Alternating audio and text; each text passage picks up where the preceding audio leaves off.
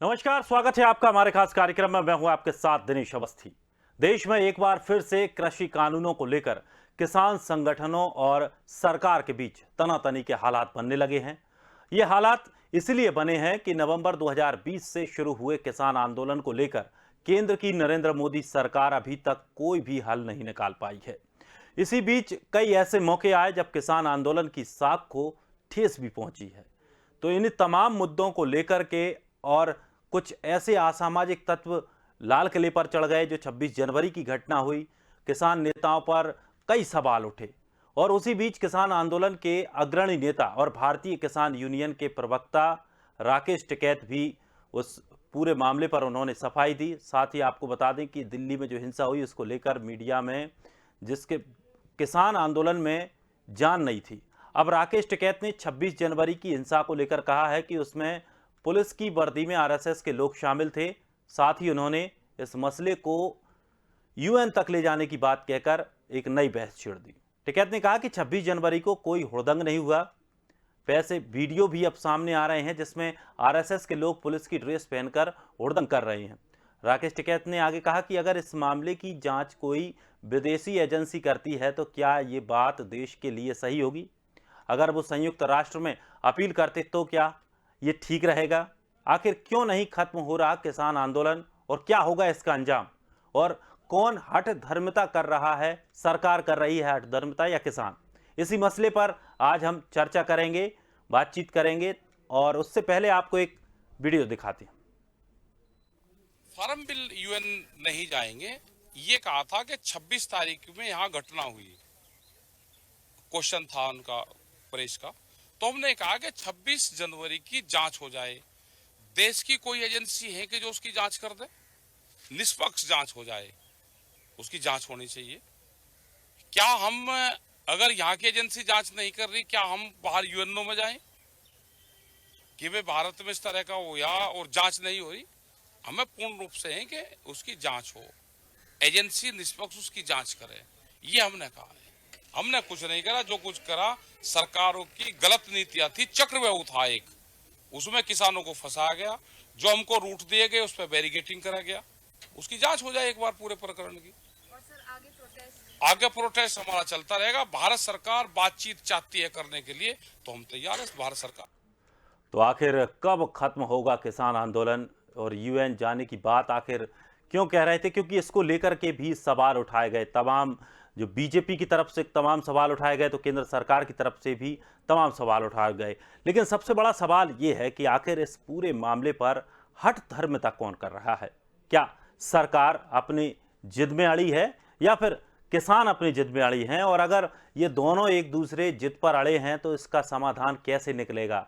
और ये जो गतिरोध चल रहा है वो गतिरोध कैसे दूर होगा? इन सभी विषयों को लेकर के आज हम चर्चा करने वाले हैं। मेहमान भी हमारे साथ जुड़ेंगे। हमारे साथ धर्मेंद्र प्रधान जी हैं, किसान नेता हैं। हमारे साथ गौरव मिश्रा जी भी जुड़ेंगे, बीजेपी से नेता हैं। और योगेश गुप्ता जी कांग्रेस के प्रवक्ता हैं। तीनों मेहमानों का बहुत बहुत स्वागत है। गौरव जी, सबसे पहले सवाल आपका, केंद्र में सरकार बीजेपी की है, कैसे ये गतिरोध दूर होगा? क्या इसी तरह सरकार भी अपनी हठ धर्मिता पर अड़ी रहेगी और किसान भी? आखिर फिर समाधान निकालेगा कौन? पैदा करने वाले को सोचना चाहिए कि गलती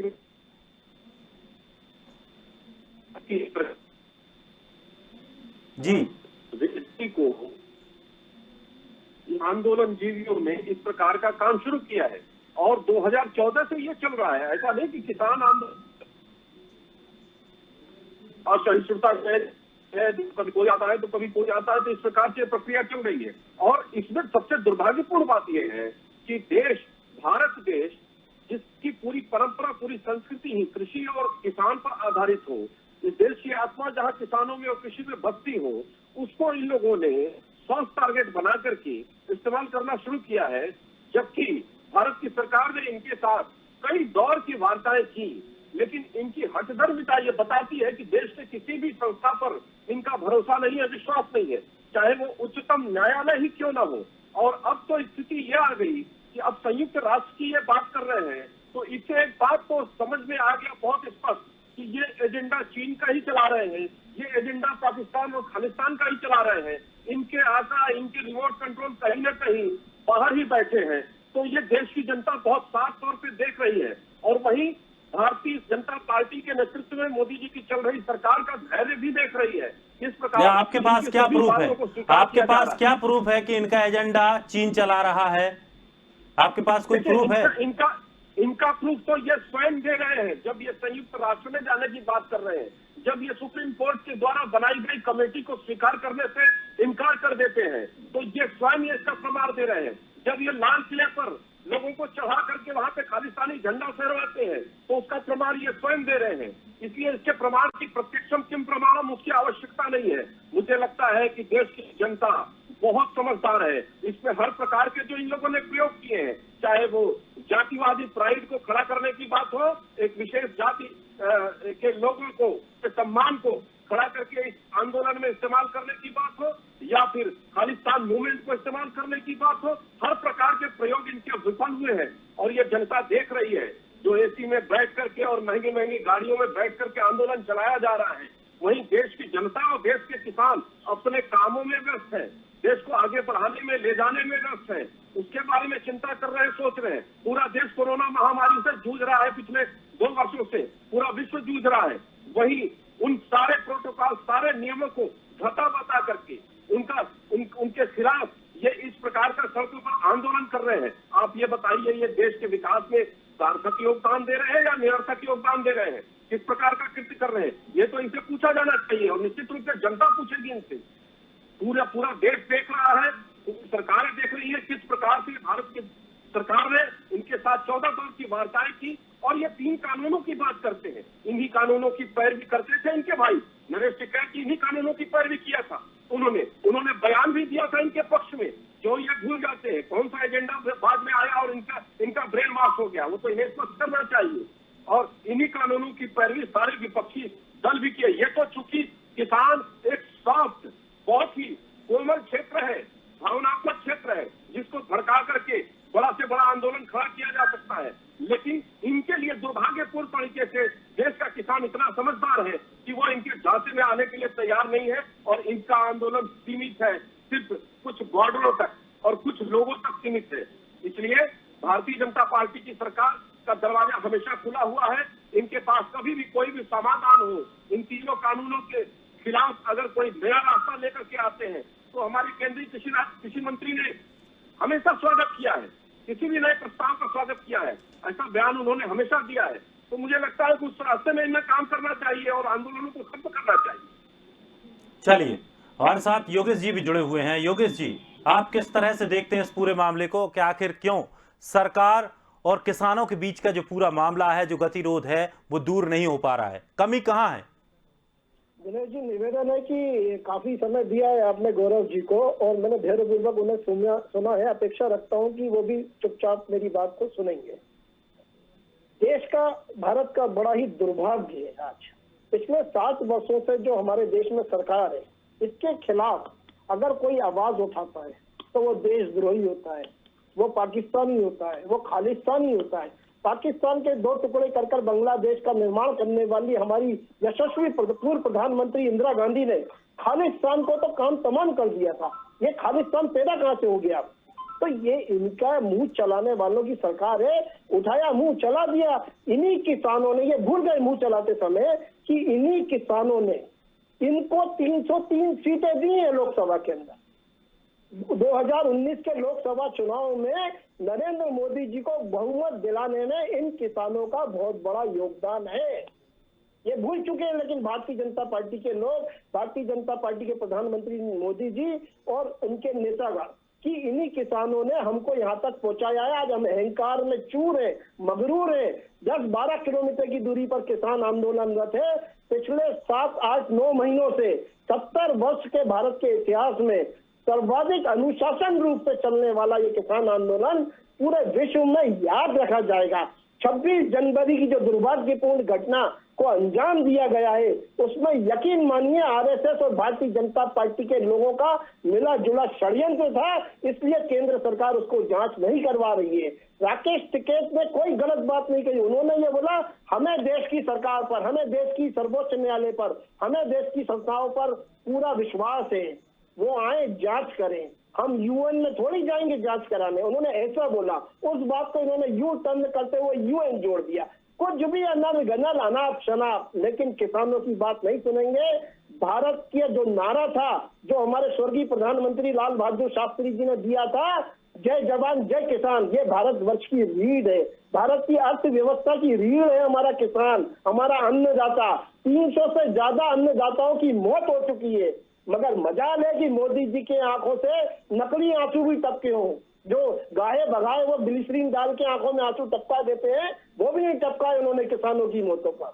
तो देखिए किसान चाहता क्या है दिनेश जी, केवल 3 मांगे हैं उनकी कि आप समर्थन मूल्य, न्यूनतम समर्थन मूल्य को गारंटीड कर दीजिए। उसके लिए सरकार तैयार हो रही है, उसके लिए सरकार तैयार हो रही है। अरे लिखित में कहा दे रही है, ये मुंह चला के यू टर्न मार जाते हैं ना। पिछले 7 साल से मोदी जी ने इतने झूठ बोले हैं कि देश की जनता और किसान अब भरोसा नहीं करती उनकी बातों पर। आप लिखित में दो ना, अगर आप तैयार हो तो क्या बुराई है लिखित में देने के लिए। यही तो किसान चाहता है कि उसकी 3 मांगे मान ली जाए, आंदोलन खत्म है। तो देखिए, आप बजाय किसानों के ऊपर आरोप प्रत्यारोप लगाने के, उनको खालिस्तानी पाकिस्तानी बताने के, हमारे देश का सम्मानित नागरिक है हमारा किसान, हमारा अन्नदाता है, उसकी तरफ रहम की दृष्टि डालिए। कांग्रेस पार्टी की तरफ से मैं निवेदन करता हूँ, काफी 10 महीने से ज्यादा समय हो चुका है, बेचारे ठंड बारिश गर्मी सब झेल चुके हैं, पुनः बारिश का मौसम आ रहा है, रहम खाइए किसानों पर और उनकी जो चलिए योगेश जी, उनको स्वीकार योगेश जी, करिए। धर्मेंद्र प्रधान जी भी हमारे साथ जुड़ गए हैं, किसान नेता हैं। हम उनसे जानेंगे कि अब आखिर क्या स्थिति और बनने वाली है, ये गतिरोध कब होगा दूर? आप मानेंगे, सरकार मानेगी? विरोध दूर करने का काम है सरकार का, हमारा काम है आंदोलन करना। हम अपनी समस्या को लेकर दिल्ली के द्वार पर बैठे हैं और ये दिल्ली को देखना है। 7 महीने हो गए इतनी क्रूर सरकार देश में कि 500 से ज्यादा किसान शहीद हो गए और सरकार की उठ तक नहीं निकली और एक आप पार्लियामेंट में श्रद्धांजलि तक नहीं कर पाए। अरे जब एक कोई नेता वहां खड़ा हुआ, उसने प्रस्ताव रखा कि उन किसानों को भी शहीद जो हुए हैं उनको श्रद्धांजलि दे दो। आप उनकी जब वोट लेते हो तब तो वो भगवान हो जाते हैं, और जब अगर किसी को किसानों को कहीं श्रद्धांजलि देने की बात आई तो आपकी सांसें सूख जाती हैं। और एक भाई बड़े बोल रहे थे, बड़े ट्रटर, अभी थोड़ी देर पहले उनको मैं बता दूं कि आपके खालिस्तानी कहने से हमारा कुछ बिगड़ जाने वाला नहीं है। आप खूब कहो खालिस्तानी, खूब कहो खालिस्तान का एजेंडा चला रहे, पर मैं आपके लिए बता दूं कि आप जो कहते हो ना कि हमारे यशस्वी प्रधानमंत्री, अरे कैसे यशस्वी प्रधानमंत्री है तुम्हारे? अगर तुम्हारे प्रधानमंत्री के काल में, यशस्वी प्रधानमंत्री जी के काल में खालिस्तानी एजेंडा देश में चल रहा है तो तुमसे कमजोर कौन हो सकता है? आई भी तुम्हारे पास है, रो तुम्हारे पास है, सीबीआई तुम्हारे पास है, ईडी तुम्हारे पास है, और तुम कहते हो खालिस्तानी एजेंडा चला रहे हो। शर्म नहीं आती बात करने में? आपने कहा 26 जनवरी को खालिस्तानी झंडा फहराया, आपने देखा कौन सा झंडा था? वो निशान साहब लगा हुआ था। और झंडा फहराने वाले कौन थे? जिसके प्रधानमंत्री और गृह मंत्री के साथ में निजी फोटो हैं, जिनके घर के अंदर सिंगल फोटो खींचे हुए हैं। ये आपका एजेंडा था। और राकेश टिकैत जी ने कहा है कि आप इसकी जांच नहीं कराओगे क्योंकि ये भारतीय जनता पार्टी और आरएसएस के लोगों की साजिश थी। और अगर आप जांच नहीं कराओगे तो क्या हम इसकी यूएनओ से जांच कराएं? और आपको बड़ी मिर्ची लगती है यूएनओ से? आप यूएनओ की मेंबरशिप छोड़ के पहले बाहर आइए। वो फिर ऑर्गेनाइजेशन बना किस लिए है? जिस देश की सरकार न्याय न दे सके, जिस देश की संस्थाएं को कब्जे में कर ले सरकार, उसके खिलाफ यूएनओ जाना पड़ता है। हमने यूएनओ जाने की बात नहीं कही है, लेकिन आपकी अगर यही भाषा रहेगी तो आप हमें रोक भी नहीं सकते। हम इस देश के नागरिक हैं, इस देश के निर्माण में किसान का योगदान है। आपका कौन सा योगदान है इस देश के निर्माण में? देश से प्यार उसको होगा जिसने इसके योगदान में निर्माण में योगदान किया है। आप कहते हैं एसी में आंदोलन कर रहे, अरे एसी लग रहे हमारे यहाँ 500, हर ट्रॉली में एसी है। तुम पट्टा करा का है अपने घर से कि तुम ही एसी में रह सकते हो। 32 लाख की गाड़ी में चलता है राकेश टिकैत, कार्यकर्ता ने दे रखी, उसमें एसी भी है, देख लेना।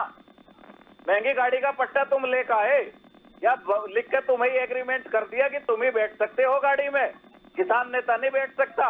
अरे किसान नेता वही होगा क्या या किसान उसे ही मानते हो जो मैले कुचेले कपड़ों में हो? हमारे बच्चे 15-15 लाख रुपए की नौकरी भी करते हैं और उनके पास वो सब सुविधाएं हैं जो आपके आसपास भी नहीं होंगी। तो आप भ्रम बना रहे, बच्चे हमारे अब पढ़ लिख के पूरा काम कर रहे हैं। पट्टा नहीं लेके आए तुम कि गाड़ी में भी तुम ही बैठोगे और एसी में भी तुम ही बैठोगे। नवीन जी, गौरव जी, आप पर साफ तौर पर आपने जो एक बात कही कि यूएन जाने की बात कर रहे हैं किसान नेता, लेकिन उन्होंने सफाई दी है। उन्होंने साफ तौर पर ये कहा है कि उनका कहने का जो मतलब है वो सुनिए, सफाई नहीं दी है। आपको भी मैं करेक्ट कर दूं, कोई वीडियो दिखाइए जिसमें कहा हो कि हम यूएनओ जाएंगे। और मैं अब डंके की चोट पे कह रहा हूं कि जाने की आवश्यकता पड़ी तो जाएंगे।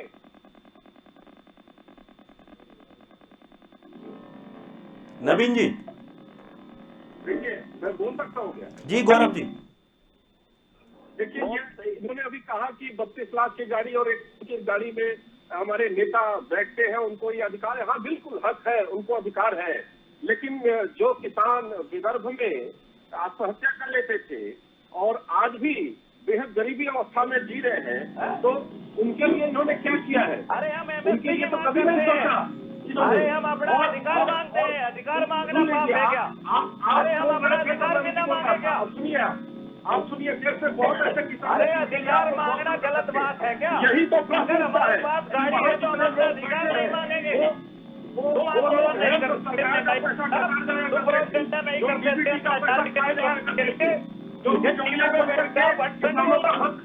जब नहीं देगा तो आप बोलते रहोगे। यही की जनता जानती है और जिसको आपने प्रमाणित किया है अपनी बातों से, अपने वक्तव्यों से। देखिए, अभी ये 26/11 की बात कर रहे थे, 26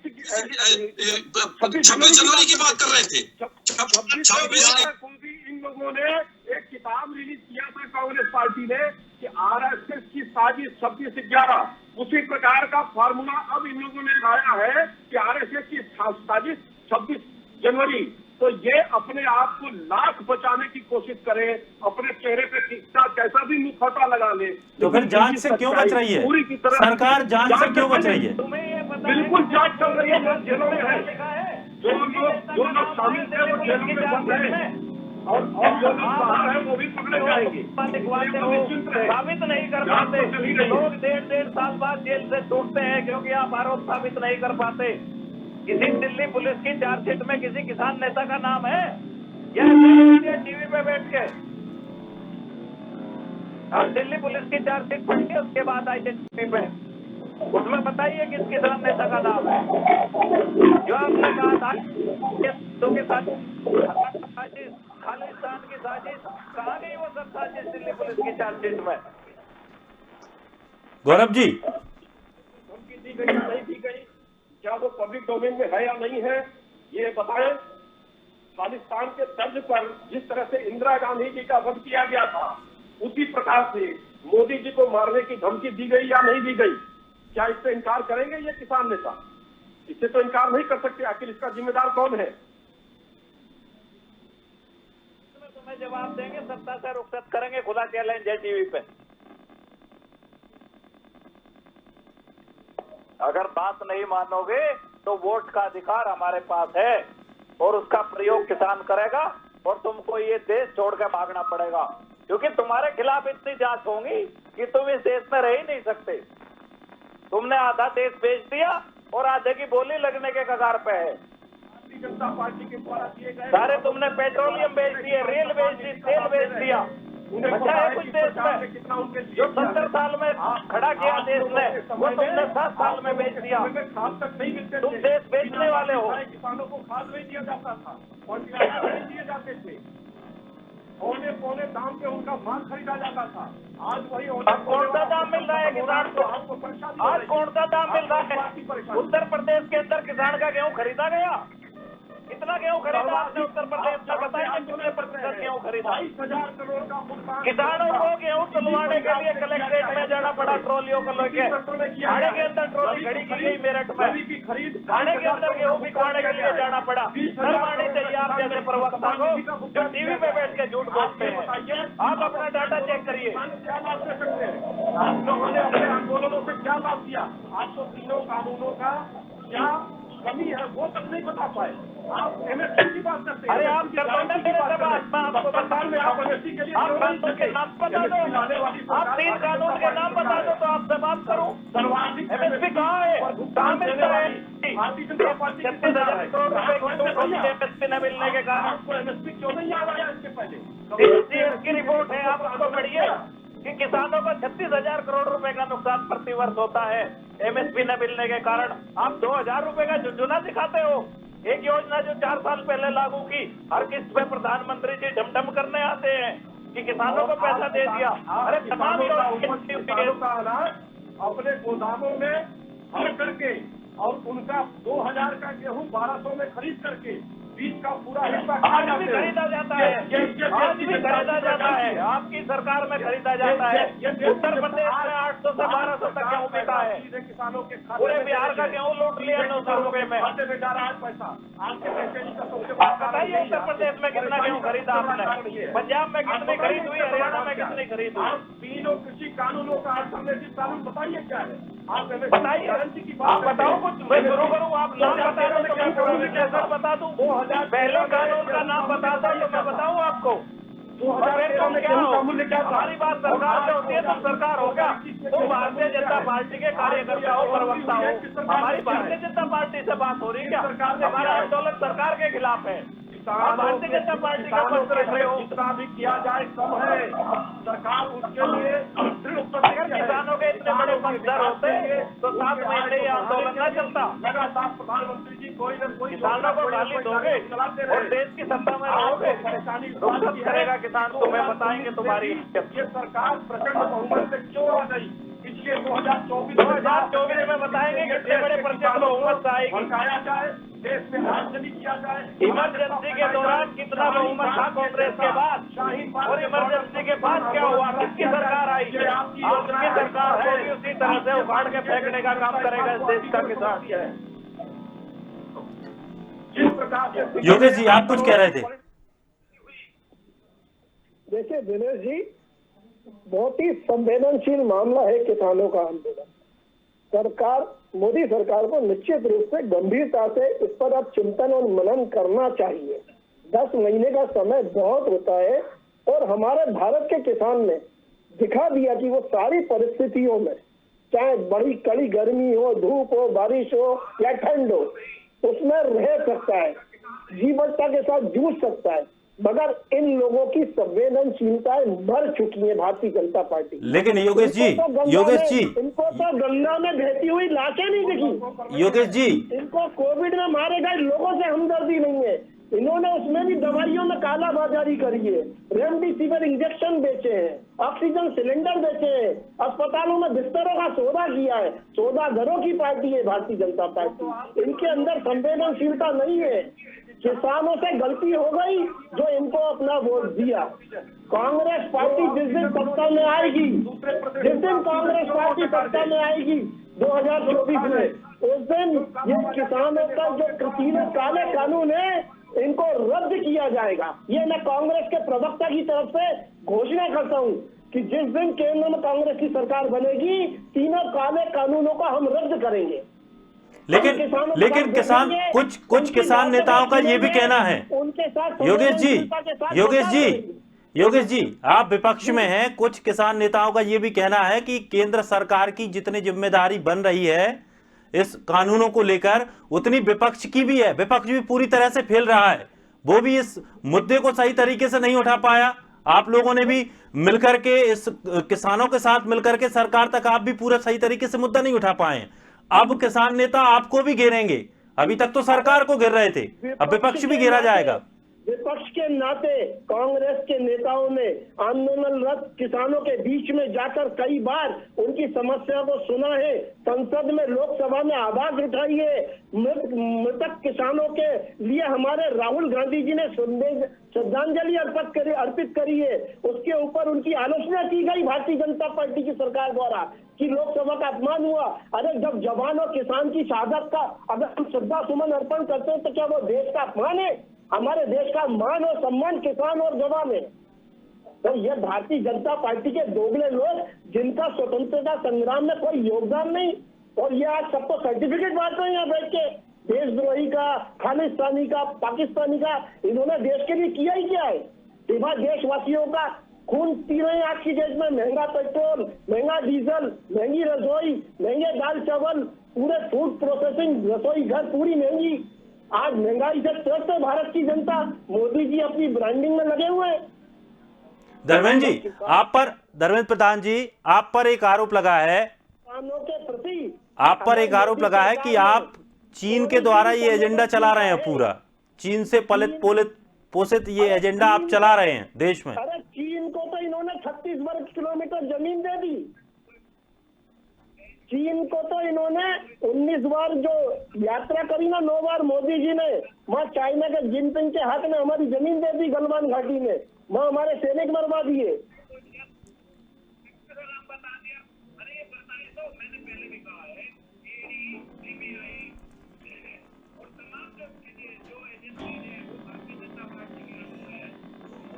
पास कुछ होता तो आज ये प्रूफ के साथ हमको जेल भिजवा देते और ये दिखा देते कि देखिए ये है एजेंडा। और मैं टीवी से आज भी आपके चैनल के माध्यम से चैलेंज करता हूं कि आप बात अगर कहते हो तो आप उसको साबित करिए और नहीं तो आप इस्तीफा दीजिए। चलिए काहे की सरकार आपकी। चलिए कांग्रेस पार्टी का भी यही मानना है कि अगर आपके पास सारी जांच एजेंसियां हैं, सरकार में आप बैठे हैं, तो जो देशद्रोही है, जो देश के खिलाफ काम कर रहा है, उसको अंदर डालिए। लेकिन आप केवल मुंह चलाएंगे क्योंकि उसमें सम्मिलित लोग आपके लोग हैं। आंदोलनजीवी है, आंदोलन का कारोबार ठेकेदारी पर चला रहे हैं। कांग्रेस द्वारा शासित प्रदेशों से उसका संचालन करा रहे हैं, उससे फंडिंग करा रहे हैं, वहाँ से लोगों को भेज रहे हैं। केवल शांतिपूर्ण विकास को जो चल रहा है उस गति को रोकने। चलिए वक्त की कमी है, वक्त की कमी है। बहुत बहुत शुक्रिया तीनों मेहमानों का हमारे साथ जुड़ने के लिए, और आपने जो समय दिया और महत्वपूर्ण आपने पक्ष भी अपने तरफ से रखे, बहुत बहुत शुक्रिया।